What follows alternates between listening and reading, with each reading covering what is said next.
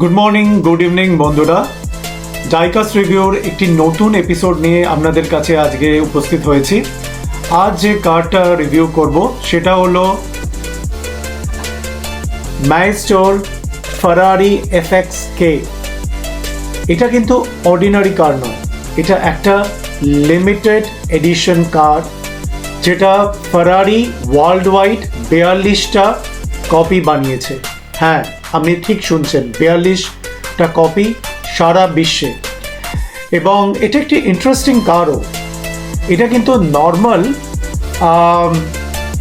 রাস্তায় চালানোর গাড়ি নয়, ইটস আ ট্র্যাক ডে কার, যার মানে হচ্ছে এটা একমাত্র ট্র্যাকেই চালানো যাবে।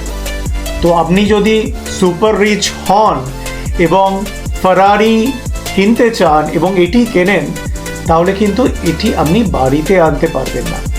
এটা কেনার পরেও ফারারির ফ্যাসিলিটিতে থাকবে এবং যখন ওদের ওই কার ট্র্যাক ডে ইভেন্ট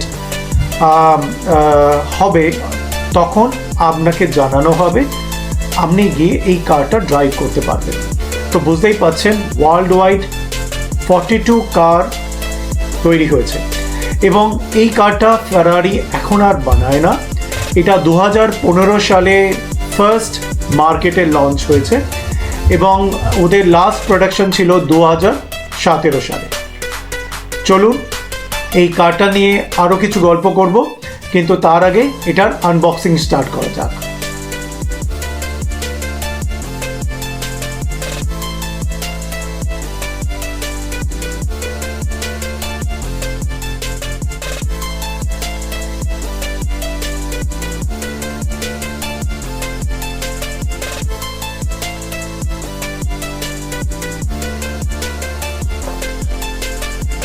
খুব সুন্দর প্যাকেজিং করা থাকে।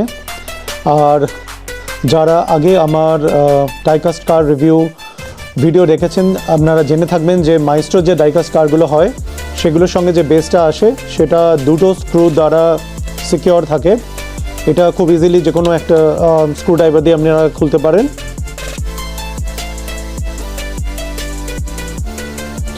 খুব ইজিলি বেসটা খুলে এসেছে। বাট আপনারা যদি এটা ঘরে সাজিয়ে রাখতে চান, তবে আমি রেকমেন্ড করব যে বেসের উপর লাগিয়ে রাখাই বেটার। দেখতেও সুন্দর লাগে এবং কারের মডেলটাও দেখা যায়। আমি এখন বেসটা সরিয়ে দিচ্ছি।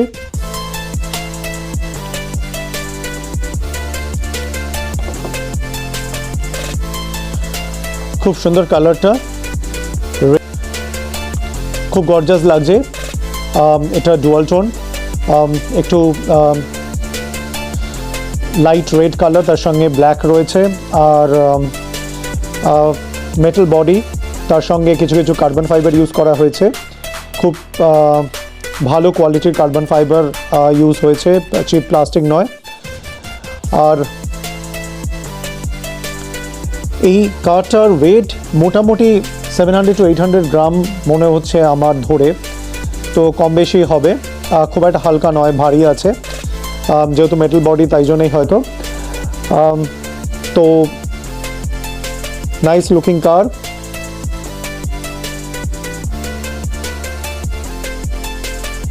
এটা বনেটটা, এখানে অ্যাগেন কার্বন ফাইবার ইউজ করা হয়েছে।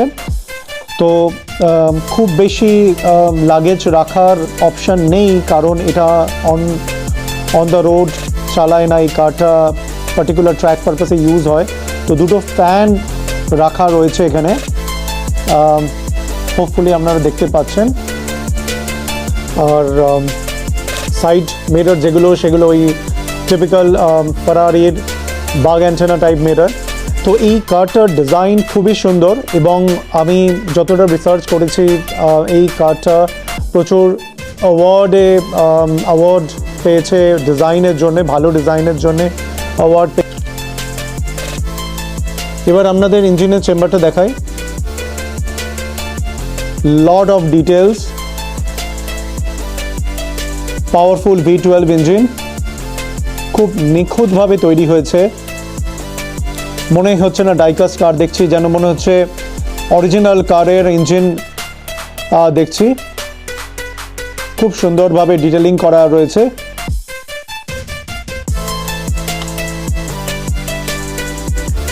এটা 1050 bhp, তো বুঝতেই পাচ্ছেন পাওয়ারফুল কার।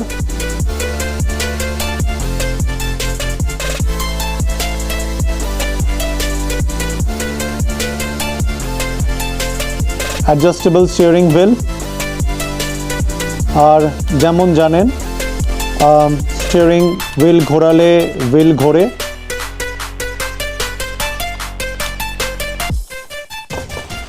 Nice details,